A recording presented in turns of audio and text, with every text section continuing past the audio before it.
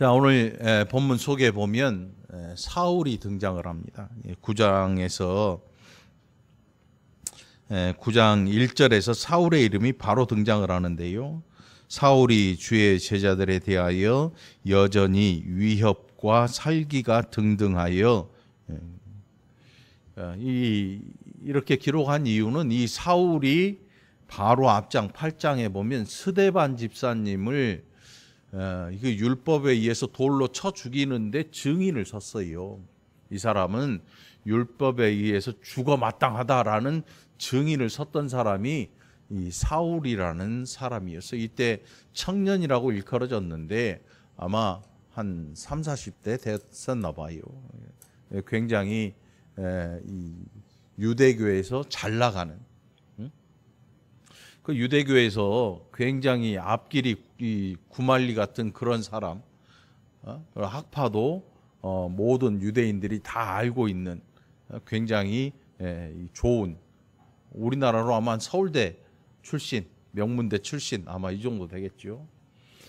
그런 사람이 예수 믿는 사람들을 옥에 가두기 위해서 예루살렘에 가서 대제사장들에게 문서를 받아오요, 공문을. 그래서 자기에게 더 큰 권세를 달라 해서 예수 믿는 사람들을 다 잡아서 예루살렘으로 보내요. 압송해서 감옥에 가둘 수 있는 그런 힘을, 권리를 달라고 요청을 해요.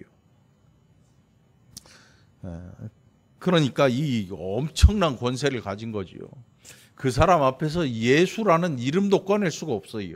얼마나 무섭게 이 휘몰아치는지. 오죽하면 9장 1절에서 주의 제자들에 대하여 여전히 위협과 살기가 등등했다, 이런 말을 볼 때 예수라는 이름을 입에 올리기만 해도 박달해서 이 결박하고 예루살렘으로 보내서 이 아주 굉장한 이 위협을 가할 수 있는 막강한 힘을 가진 사람이었어요. 그러니 모든 사람이 사울을 두려워했겠지요. 사울이 가는 곳곳마다 예수 믿는 사람들이 도망다니기에 바빴을 거예요. 그러니 사울이라는 이 사람 이름이 예수 믿는 사람들에게 아마 각인이 됐을 것 같아요. 야, 저 사울 온다, 빨리 도망가자. 그러던 와중에 사울이 이제 다메섹으로 가는, 이제 다메섹을 눈앞에 두고 있는 어느 시점에 길에서 그가 갑자기 어떤 소리를 듣게 됩니다. 그게 3절에 기록되고 있어요. 9장 3절에 보니까 사울이 길을 가다가 다메섹에 가까이 이르더니 호련히 하늘로부터 빛이 그를 둘러 비추는지라. 하늘로부터 빛이 내려오는 걸 보고 사울이 두려워서 땅에 엎드립니다. 그때 음성이 들려오는데 사울아 사울아 내가 어찌하여 나를 박해하느냐, 이런 음성이 들립니다. 그런데 신기하게도 이 사울의 옆에 있던 그의 수하의 종들은 그 소리를 듣지 못하고 하늘에서 뭔가 소리가 들리는 것만 듣게 돼요. 그러니까 이 사울을 부르는 그 음성은 사울에게만 들려지는, 사울에게 주어지는 음성이었습니다. 다른 사람들은 그 소리를 듣지 못했고 우르릉 쿵쾅 뭐 이 정도 소리였겠지요. 두려움을 느끼고 그들도 함께 엎드릴 수밖에 없었을 거예요.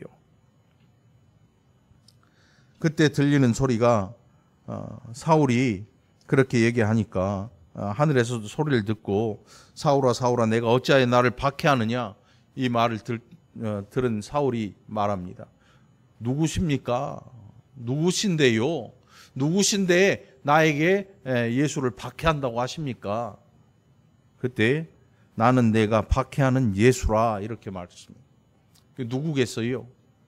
예수님이죠. 나는 내가 박해하는 예수다, 이렇게 얘기를 해요, 사울에게. 여러분, 이거 아무나 들을 수 있는 소리는 아닙니다. 이 시대에 이런 음성을 들었다고 하면 그거 가짜예요. 가짜. 이 시대에 하늘에서 음성이 들려가지고 영서가 너 뭐하니? 제가 만일 여러분에게 하늘에서 이런 소리가 들렸다 그러면 헛소리인 줄 알고 귀 닫으면 돼요. 이 시대에는 이 소리가 안 들립니다. 왜냐하면 이 소리를 예수 그리스도께서 사울을 부르실 때는 사울을 보내시는 특별한 목적을 가지고 계시고 그를 부르신 거예요.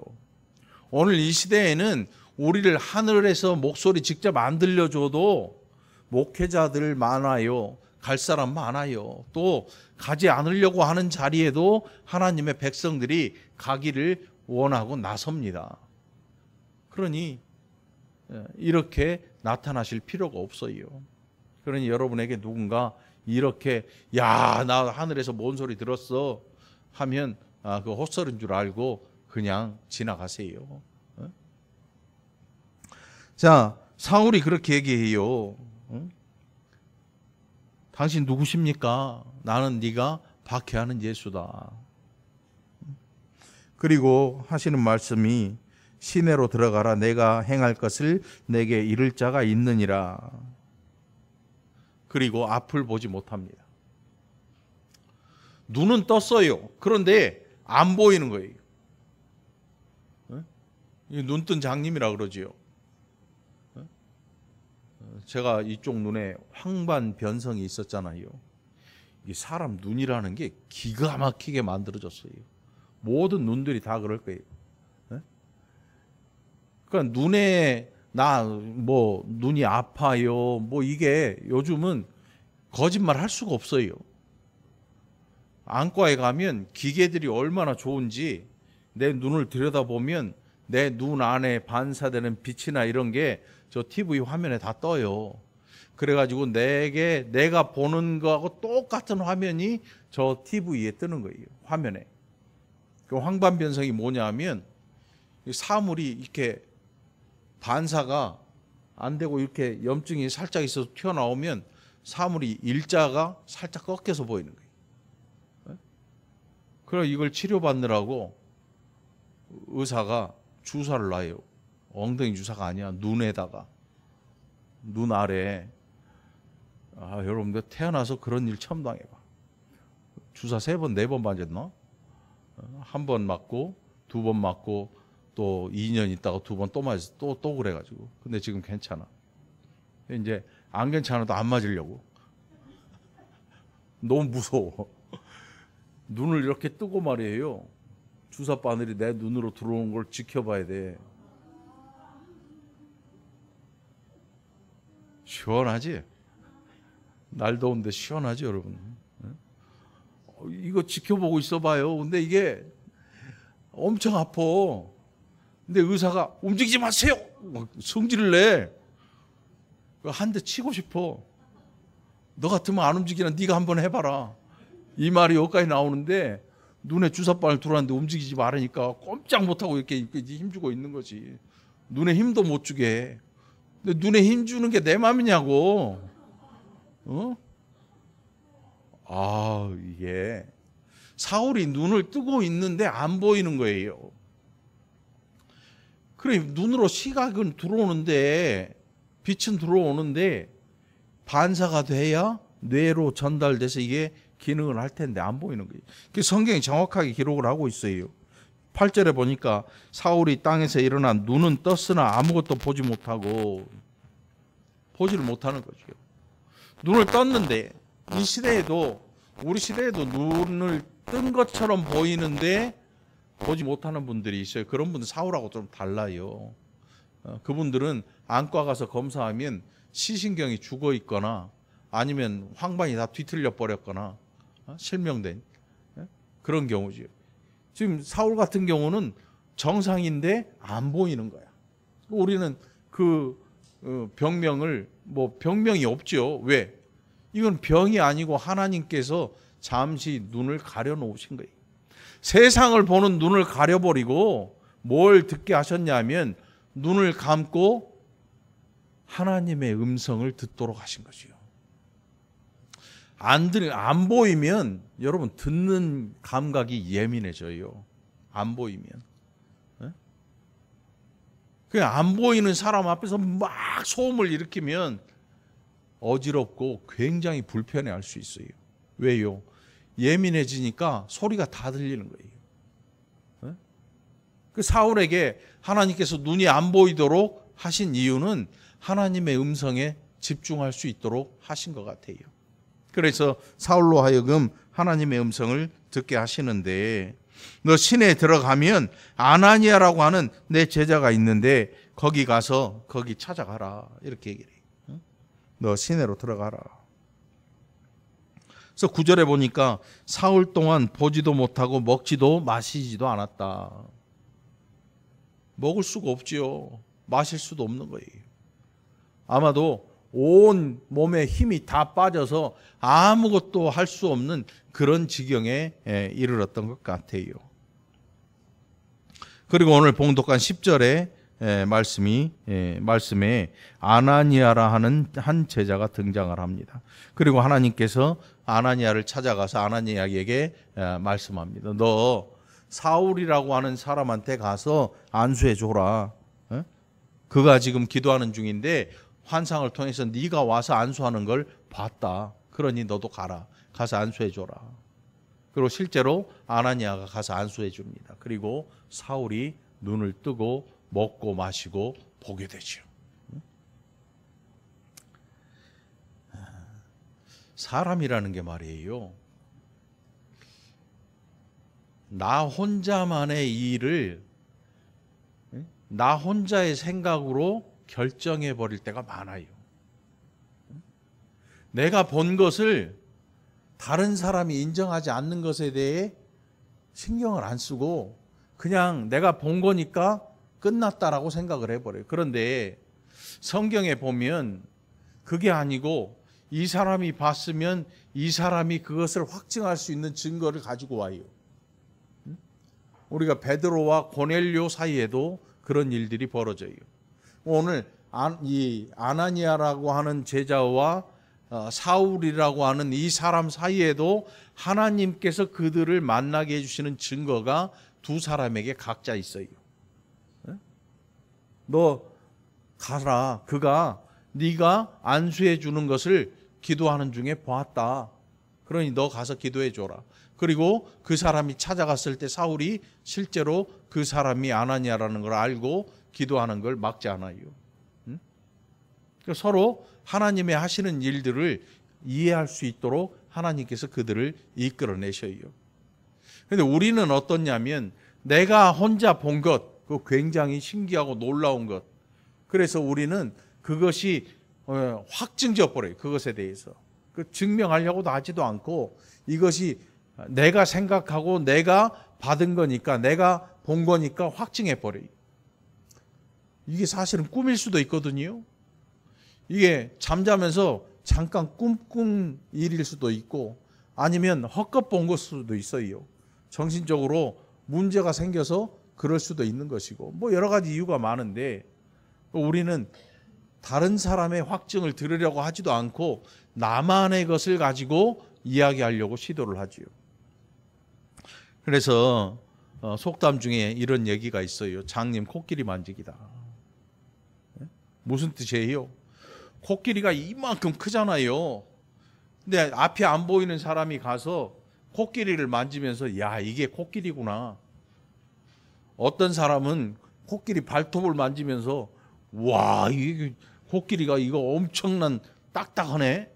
어떤 사람은 코끼리 꼬리 끝을 잡고 야, 코끼리는 이 꼬리인지도 모르고 야, 코끼리는 가는데 털이 많네.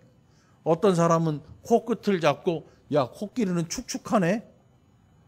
뭐 별 사람들이 다 있어요. 각자 자기가 만져보고 자기가 느낀 대로만 코끼리를 이해하는 거예요.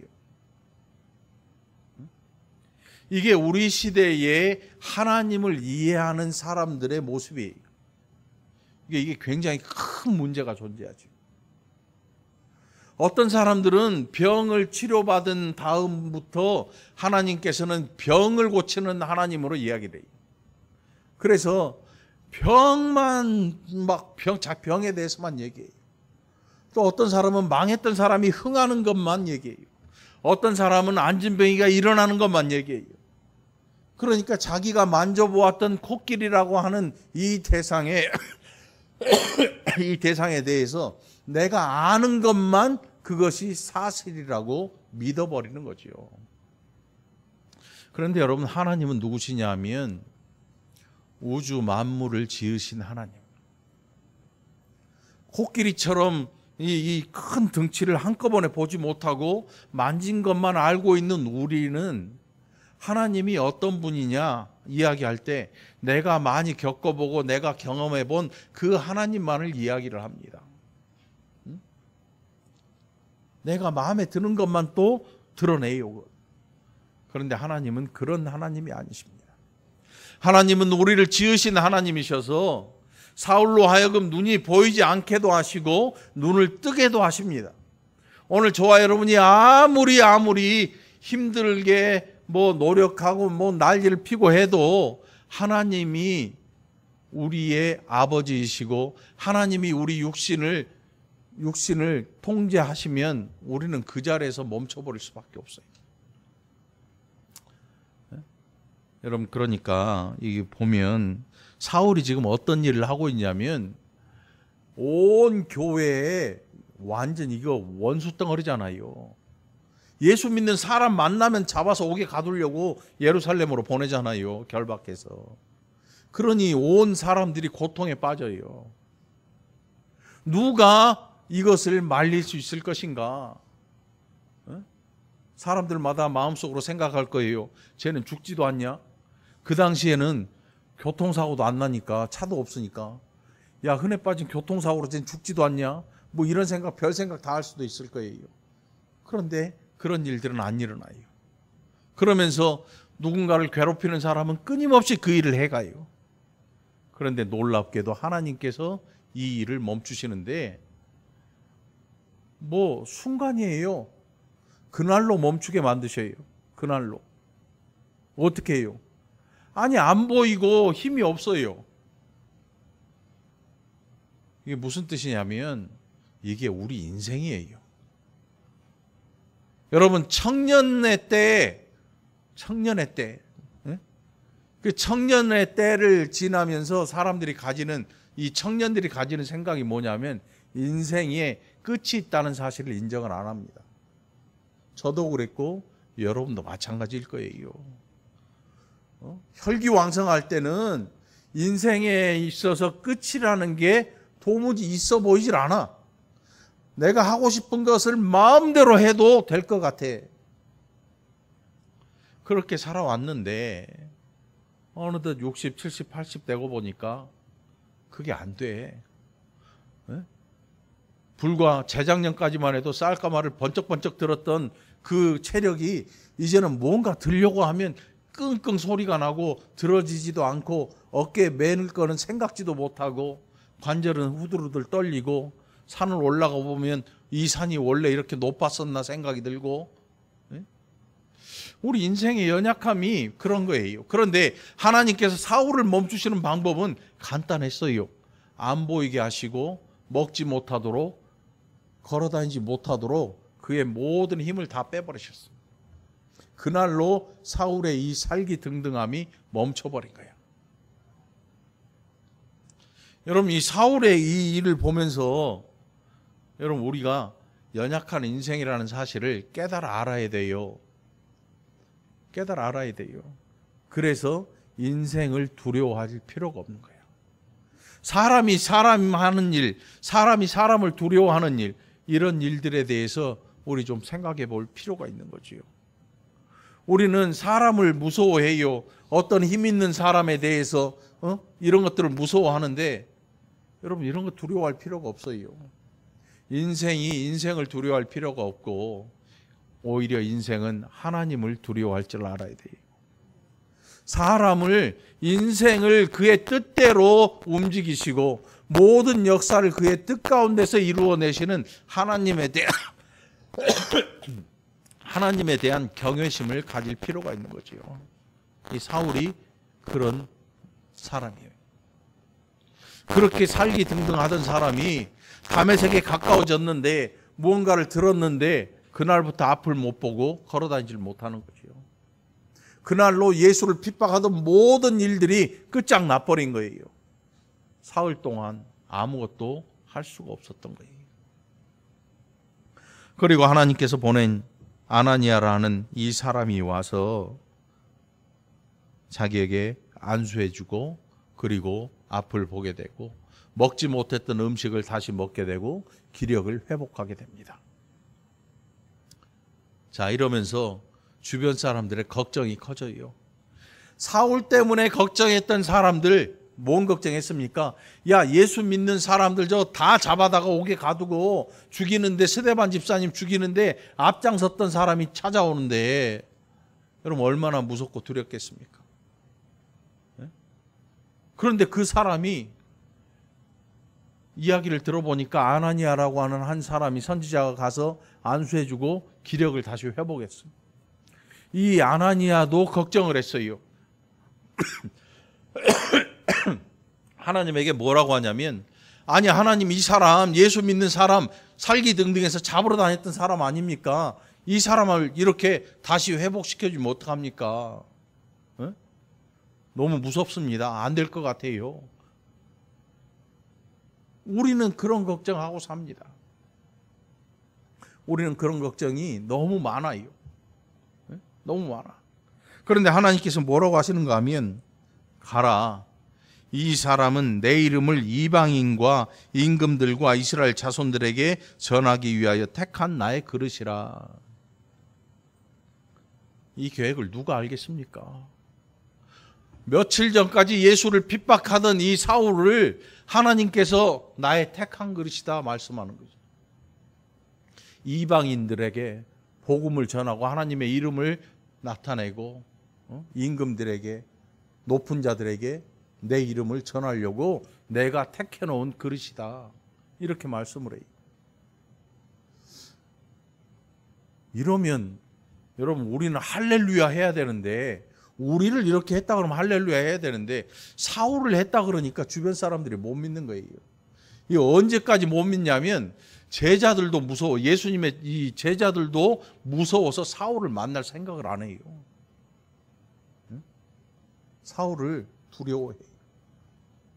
그 사울이 복음을 실제로 전하는데, 복음을 전하는데 그 장면을 본 사람들의 머릿속에 드는 생각이 뭐냐면, 저거 복음을 전하는 척 해가지고 예수 믿는다 그러면 잡아다가 이 감옥에 쳐넣으려고 그런 거 아니야? 함정 수사 아니냐? 이런 생각을 하고 있어요.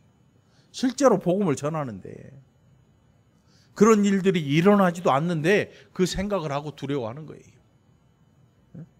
이게 사울의 모습이었어요.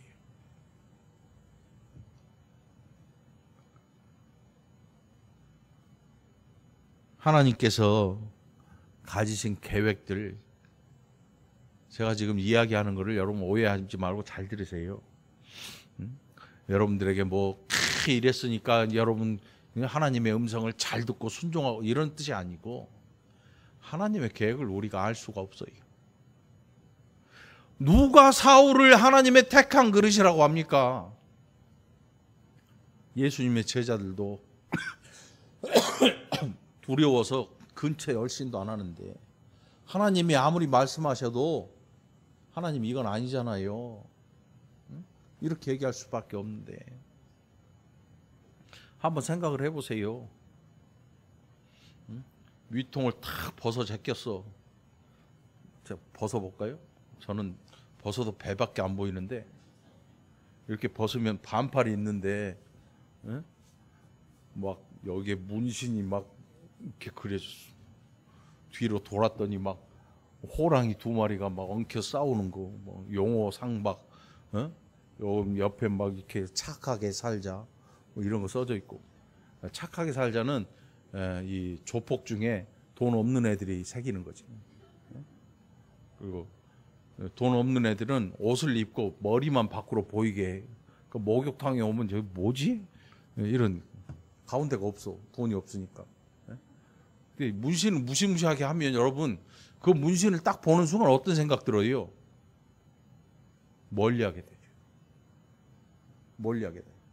뭐 요즘은 그냥 타투하는 게 일상이 돼서 그런 사람이 많은데, 제가 어렸을 적만 해도, 청년 때만 해도 말이에요, 목욕탕 가면 특히나 집사람 만나던 그 동네 간석동 그 술집 많은 동네 목욕탕 가면, 제가 가끔 그 동네 목욕탕 갔거든요. 그건 타투가 아니고 문신이야 진짜. 깍두기 아저씨들 머리 딱 보면 알잖아. 문신이 무시무시해. 진짜 겁나게 해놨어. 막 여기다 등에다가도 해놓고. 그런 문신 보면 그냥 가까이 가기가 싫은 거야. 괜히 옆에 갔다가 잘못 보이면 어떡해. 바가지라도 날라올지 모르잖아. 옆에 가는 자체가 두려워. 그래서 그 사람이 문신을 했는데 착하든 안 착하든 이 조폭이든 아니든 그거하고 상관없어. 안 가. 그냥 옆에 안 가. 그러니까 사울이 딱 그렇다고 보면 돼요, 여러분. 사울에게는 문신은 아니지만 예수 믿는 사람을 핍박하던 그 일 때문에 사람들이 옆에 안 가. 아무도 안 가. 두려워. 사울이 전하는 복음을 전하는데 어떤 사람들은, 유대교의 사람들은 복음을 받아요. 한번 생각해 보세요, 여러분. 사울이 예수 믿는 사람에게 복음 전했겠습니까? 아니잖아요. 예수 믿는 사람은 사울이 오면 다 도망가지요. 무서워서. 그러니 도망가지 않는 사람들은 예수 안 믿는 사람들이에요. 사울을 보고 안 도망가는 거는 유대교의 사람이 분명하잖아요. 예수 믿는 사람은 도망갈 수밖에 없어.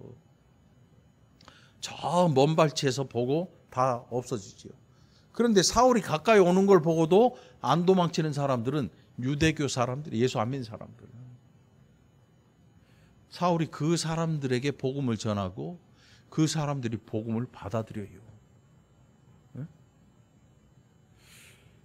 그 옆에서 지켜봐도 신기한 거죠. 그런데 의심은 어쩔 수가 없는 거예요. 저거 예수 믿게 해가지고 감옥 잡아 넣으려고 그런다. 이 소문이 자자하게 퍼지는 거죠. 두렵고 무서운 거죠. 그러니 우리가 생각할 때, 아니 하나님 이게 뭐예요? 모르는 거죠. 무슨 뜻이냐면 하나님이 가지고 계신 계획을 어떤 사람들은 나는 다 안다 뭐 이렇게 얘기하는데 몰라요. 예수님의 제자들조차도 사울이 어떤 사람인지 몰라요. 처음에 무서워서 교제를 안 해요. 나중에 저 뒤편에 가보면 바나바라는 한 분이 사울을 보증을 서요. 내가 이 사람을 보증한다. 이 사람하고 내가 만나봤는데 이야기를 해보고 했는데 이 사람은 진짜 예수 믿는 사람이 되었다라고 자기의 모든 걸 걸어요. 빚보증 쓴 건 아니고요. 바나바가 내가 이 사람과 깊은 이야기를 해보고 다녀보고 다 했는데 이 사람은 예수 핍박할 사람이 아니라 회심한 사람이다 라는 것을 증명하고 제자들과 만나서 복음을 가지고 힘있게 전할 수 있는 자리를 마련해 준 사람이 바나바라고 하는 집사님이거든요. 그러니까 우리는 제자들도 모르는데 우리가 어떻게 알 겁니까? 모르지요. 그래서 우리가 해야 될 일은 뭐냐 하면 기다리는 거예요. 우리의 성품은 못 기다려요. 얼마나 급한지. 사람이 조금만 이상해 보이면 아유 저 이상한 사람 포기해버려요. 아유 저 못된 사람 포기해버려요. 그런데 여러분 기독교 역사 속에 사람들이 포기했던 사람 중에 하나님이 택한 사람들이 종종 있어요. 우리는 그걸 알지를 못해요. 그 가운데 한 명이 사울이에요. 나중에 바울이라는 이름으로 개명을 해요. 아마 이 바울이라는 이름이 굉장히 멋진 이름이 아니고 팔싹동이 같은 그런 뜻의 이름이에요. 팔싹동이 그런 이름이야.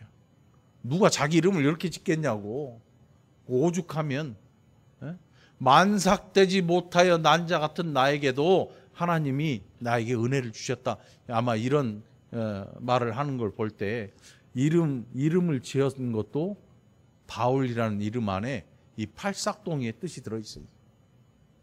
그렇게 좋은 이름은 아니에요.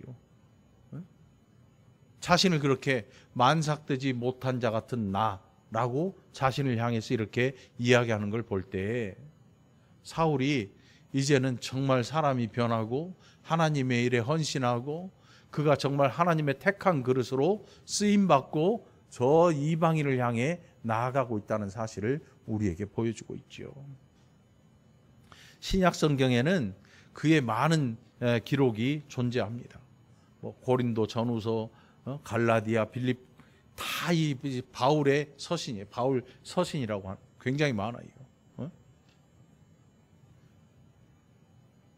우리가 해야 될 일은 뭐냐 하면 사울이 두렵거든 그를 그냥 놔두고 하나님 앞에 기도하고 기다리는 시간이 필요한 거예요.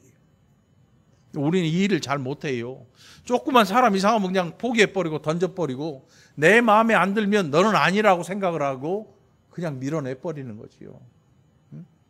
그게 우리의 성품이지요. 하나님은 그렇지 않으세요. 하나님은 어떤 악인으로 보이는 자라도 하나님의 뜻에 따라 쓰기를 원하셔요. 이스라엘 백성들을 애굽에서 이 모세가 데리고 나올 때 나가 한 사람이 누군지 아십니까? 애굽 왕 바로예요. 바로가 하나님의 뜻을 얘기한 거예요. 야 모세 너 이 백성 이끌고 나와. 그런데 바로가 나가 그랬어요. 그래서 나온 거예요. 바로가 못 가 그러면 못 가는 거예요. 그런데 바로 입에서 나가 소리 나오게 만든 게 누구냐면 하나님이셔요. 하나님. 그날 밤에 뭔 일이 있었냐면 애굽에 있던 모든 처음 난 것들이 다 죽어요. 이게 장자의 재앙이라 그러는데 짐승에서 가축에서부터 사람 모든 처음 난 것들이 다 죽어요. 그런데 유독 이 히브리 사람의 장자들은 안 죽어요. 그게 유월절 어린 양의 피, 우슬초로 문지방에 바른 이게 뭐냐면 행위가 아니고 믿음이었던 거지요. 믿음으로 하나님의 진노가 그 담을 넘어간 그 날을 유월절이라고 그러지요. 하나님의 진노가 그들을 넘어갔다. 유월절. 넘을 월자를 써요. 그래서 넘어갔다는 뜻으로 유월절이라는 표현을 내요. 바로의 입을 여신 것도 하나님이셔요.